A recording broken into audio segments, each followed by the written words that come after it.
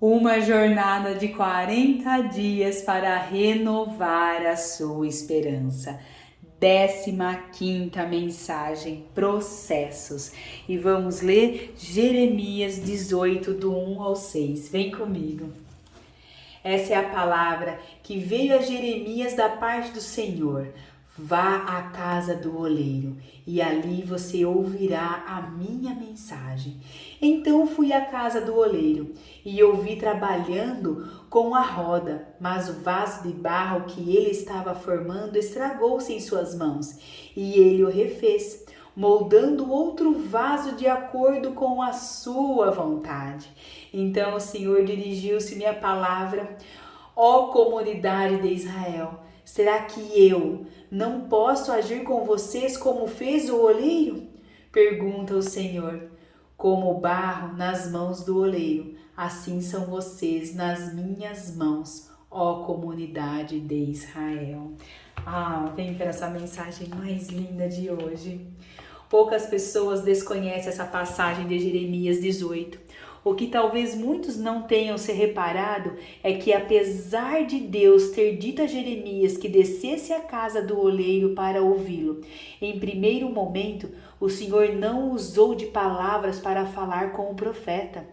O que encontramos é uma cena de um oleiro trabalhando em um vaso, sem palavras, mas com toda a obra da olaria acontecendo diante dos seus olhos.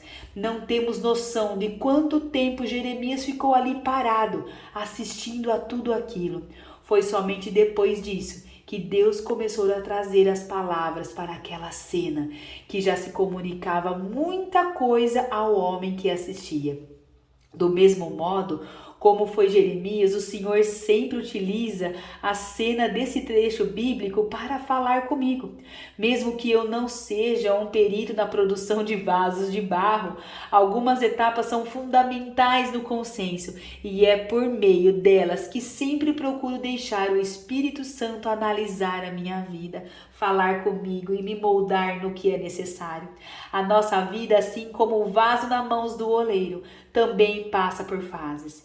Inicialmente, aquela terra ou argila precisa de água para amolecer e ficar maleável.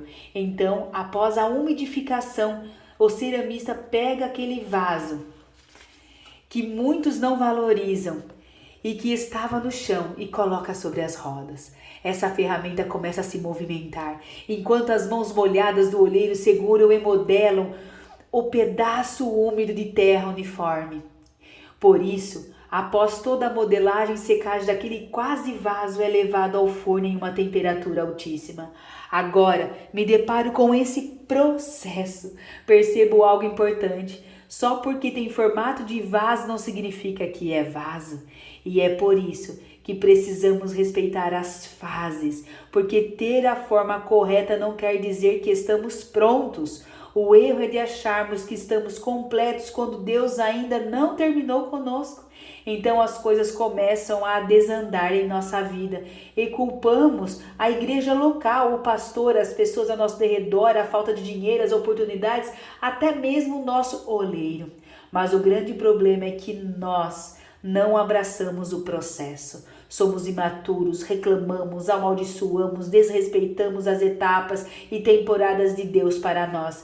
E depois não entendemos por que, quando o forno do Senhor se abre, os outros vasos que respeitam as outras fases estão prontos e o nosso não.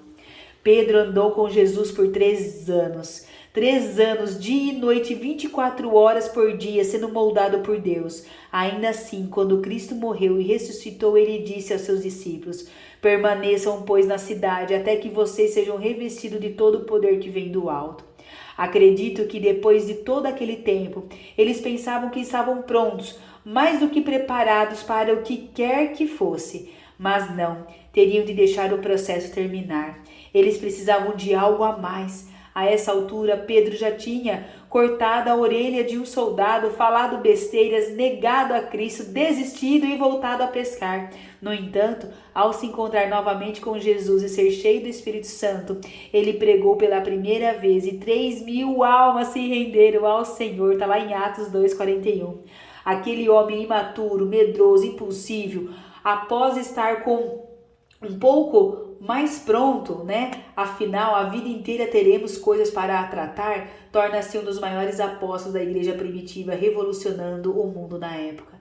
Da mesma maneira, depois de estar um pouco mais pronto, sabe a sua casa?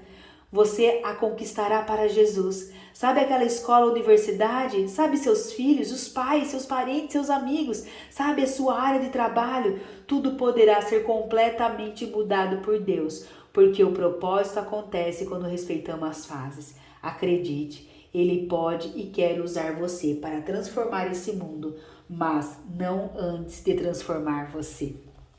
Desafio. Escolha alguém de muita confiança, temente a Deus e que você ame verdadeiramente e peça para que essa pessoa cite pelo menos três defeitos que enxerga em você. Em seguida, ore e pergunte ao Espírito Santo o que ele pensa sobre tudo isso, o que ele acha, não você. Ao receber a confirmação de que precisa mudar nessas áreas, trace um plano de ação para os próximos 30 dias e ao longo das semanas peça feedbacks para aquela mesma pessoa para saber se você está evoluindo.